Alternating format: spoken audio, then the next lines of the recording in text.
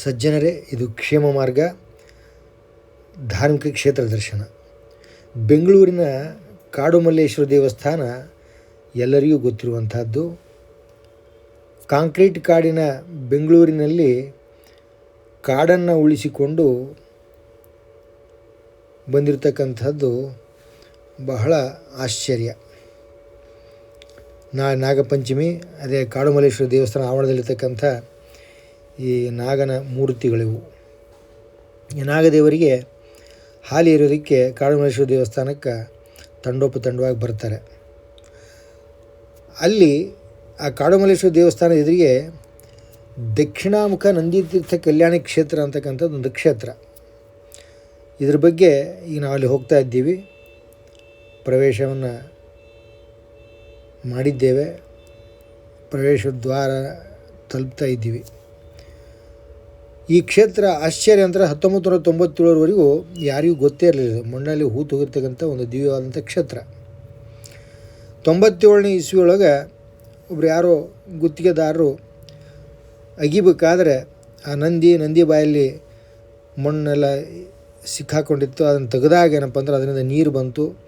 ಇದೇನಂತೇಳಿ ಅಗದು ನೋಡಿದಾಗ ಇಂಥ ಒಂದು ದಿವ್ಯ ಕ್ಷೇತ್ರ ಭೂಗರ್ಭದೊಳಗೆ ಮುಚ್ಚಿ ಹೋಗಿತ್ತು. ಆ ಕ್ಷೇತ್ರದಲ್ಲಿ ನಾವೀಗ ಪ್ರಯಾಣ ಮಾಡ್ತಾ ಅದೇ ಒಳಗಡೆ ಪ್ರವೇಶವನ್ನು ಮಾಡಿ 2-3 ಪಾವಟಿಗಳನ್ನು ಇಳಿದು ಹೋದಾಗ ಇಲ್ಲಿ ಕಾಣ್ತಾ ಇರ್ತಕ್ಕಂಥದ್ದು ಇದೆ ಕಲ್ಯಾಣಿ, ದಕ್ಷಿಣಾಮುಖ ನಂದಿ ತೀರ್ಥ. ಇಲ್ಲಿ ಶಿವನು ದಕ್ಷಿಣಕ್ಕೆ ಅಭಿಮುಖವಾಗಿದ್ದರಿಂದ ದಕ್ಷಿಣಾಮೂರ್ತಿ ಅಂತ ಕ್ಷೇತ್ರ ಅಂತ ಹೇಳ್ತಾರೆ. ಇದು ಮಲ್ಲೇಶ್ವರಂಲೇ ಇರ್ತಕ್ಕಂಥದ್ದು. ಇವರು ಕವಿತಾ ಸಿಸ್ಟರ್ ಅಂಥೇಳಿ ಇವರು ಧಾರ್ಮಿಕ ಪುಸ್ತಕಗಳನ್ನು, ದೇವತಾ ಮೂರ್ತಿಗಳನ್ನು ಮಾರಾಟ ಮಾಡ್ತಾರೆ. ಈ ಕಲ್ಯಾಣಿ ತೀರ್ಥ ಅನೇಕ ಔಷಧೀಯ ಗುಣಗಳನ್ನು ಹೊಂದಿದೆ. ಇದನ್ನು ಸೇವಿಸುವುದರಿಂದ ಭಾಳಷ್ಟು ರೋಗಗಳು ನಿರ್ಮೂಲ ಆಗಿದೆ ಅಂತಕ್ಕಂಥದ್ದು ಅದನ್ನು ಅನುಭವಿಸಿದವರ ಮಾತುಗಳು. ಇಂಥ ಒಂದು ಕ್ಷೇತ್ರ ಮಣ್ಣಲ್ಲಿ ಹೂತು ಹೋಗಿತ್ತು.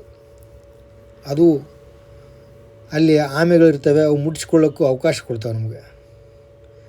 ಮೀನುಗಳವ, ಹಾವುಗಳು ಇರ್ತವೆ ಅದರಲ್ಲಿ.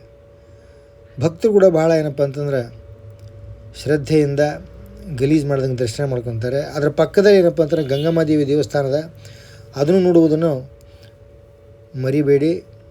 ಅದು ಭವ್ಯವಾದಂಥ ದೇಗುಲ, ಅದಕ್ಕೂ ಒಂದು ಇತಿಹಾಸ ಅಂತಕ್ಕಂಥದ್ದು. ಆ ದೇವಸ್ಥಾನಕ್ಕೆ ಹೋದಾಗ ನೀವು ಅದನ್ನು ತಿಳ್ಕೊಳ್ಳೋಕೆ ಪ್ರಯತ್ನ ಮಾಡಿರಿ. ಅದರ ಪಕ್ಕದಲ್ಲೇ ನರಸಿಂಹದೇವರ ದೇವಸ್ಥಾನ. ಇದೆಲ್ಲ ಏನಪ್ಪ ಅಂದ್ರೆ ಭಾರತೀಯ ಜನತಾ ಪಕ್ಷ ಮಲ್ಲೇಶ್ವರಂ ಕಚೇರಿ ಏನಿದೆಯಲ್ಲ ಅದೇ ರಸ್ತೆಯಲ್ಲಿ ಬರ್ತಕ್ಕಂಥದ್ದು. ನಿಮ್ಗೆ ಅಲ್ಲಿ ಹೋದಾಗ ರುಚಿಯಾದಂಥ ಗಿಣ್ಣು ಕೂಡ ಸವಿಲಕ್ಕೆ ಸಿಗ್ತದೆ. ಬೃಹತ್ತಾಗಿ ಬೆಳೆದ ಬೆಂಗಳೂರು ಗಲೀಜಾಗಿ ಕಾಣ್ತಾ ಇದೆ.